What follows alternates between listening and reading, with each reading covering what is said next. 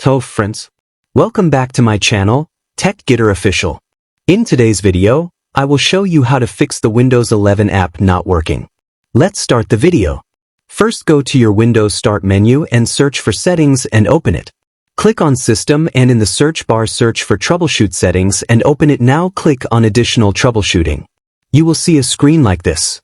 Scroll down and come to Windows Store Apps. You will see the option of Run the Troubleshooter on the screen. Click on it. After clicking, your problems will start getting detected. You will see the options of Open Apps and Features on the screen. You have to click on Next. Additional problems will begin to be detected. The message, Troubleshooting is completed, will be displayed on the screen.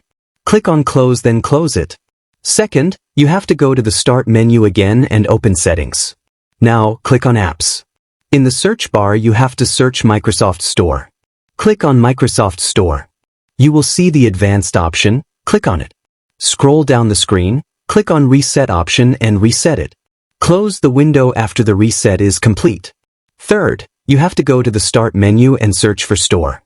Right-click on Microsoft Store and click on App Settings. Scroll down and click on Reset Apps. Close the window after the reset is done. Fourth, you have to go to the Start menu again and search for Windows PowerShell. Right-click on PowerShell and open it on Run as Administrator. After PowerShell Windows opens, you have to paste the command shown on the screen here. I will give it in my description box. You can copy-paste it from there. Now press Enter or close the windows. Hopefully, your problem will be solved by using these 4 methods. If you liked the video, please like and share it. Thanks for watching. Have a nice day.